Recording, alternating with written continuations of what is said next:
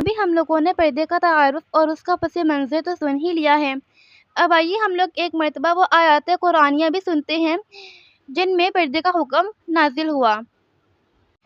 سب سے پہلی آیت ہے سورۃ الاحزاب کی۔ بسم اللہ الرحمن الرحیم۔ یا ایہا النبی قل لأزواجک وبناتک ونساء المؤمنین یدنین علیہن من جلابیبہن ذالک ادنی ان یعرفن فلا یؤذین۔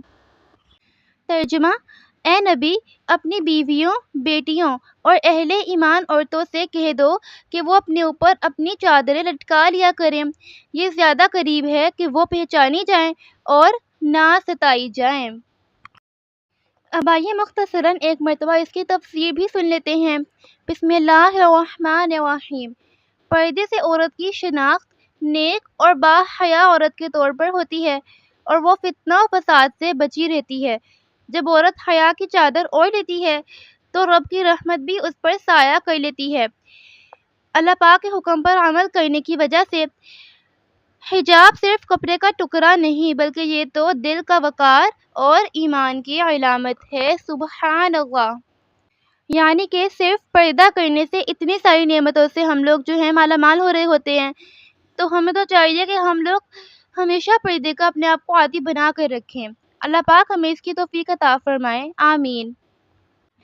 اب یہاں پہ ایک اور بڑی پیاری بات ہے ان لوگوں کے لیے جو پردہ کرنا تو چاہتی ہیں مگر کسی وجہ سے، گرمی کی وجہ سے مثلاً یا کسی بھی وجہ سے پردہ کر نہیں پاتی، تو یہاں پہ ان کے لیے بڑی پیاری بات بیان کی گئی ہے، یہ کہ حجاب صرف کپڑے کا ٹکڑا نہیں بلکہ یہ تو دل کا وقار اور ایمان کی علامت ہے۔ سبحان اللہ! اب آئیے ہم لوگ اپنی اگلی آیت مبارکہ سنتے ہیں جو کہ سورہ نور کی آیت ہے۔ بسم اللہ الرحمن الرحیم۔ وَقُل لِّلْمُؤْمِنَاتِ يَغْضُضْنَ مِنْ أَبْصَارِهِنَّ وَيَحْفَظْنَ فُرُوجَهُنَّ وَلَا يُبْدِينَ زِينَتَهُنَّ۔ ترجمہ: اور ایمان والی عورتوں سے کہہ دو کہ وہ اپنی نگاہیں نیچی رکھیں، اپنی شرمگاہوں کی حفاظت کریں اور اپنی زینت کو ظاہر نہ کریں۔ یہ سورہ نور کی آیت نمبر 31 ہے۔ اب آئیے اس کی تفسیر پر مختصراً غور کرتے ہیں۔ بسم اللہ الرحمن الرحیم۔ پردہ صرف جسم کا نہیں بلکہ نگاہوں، لباس اور رویے کا بھی ہوتا ہے۔ پردہ عورت کو نظر بد سے بچاتا ہے اور اللہ پاک سے قریب کرتا ہے۔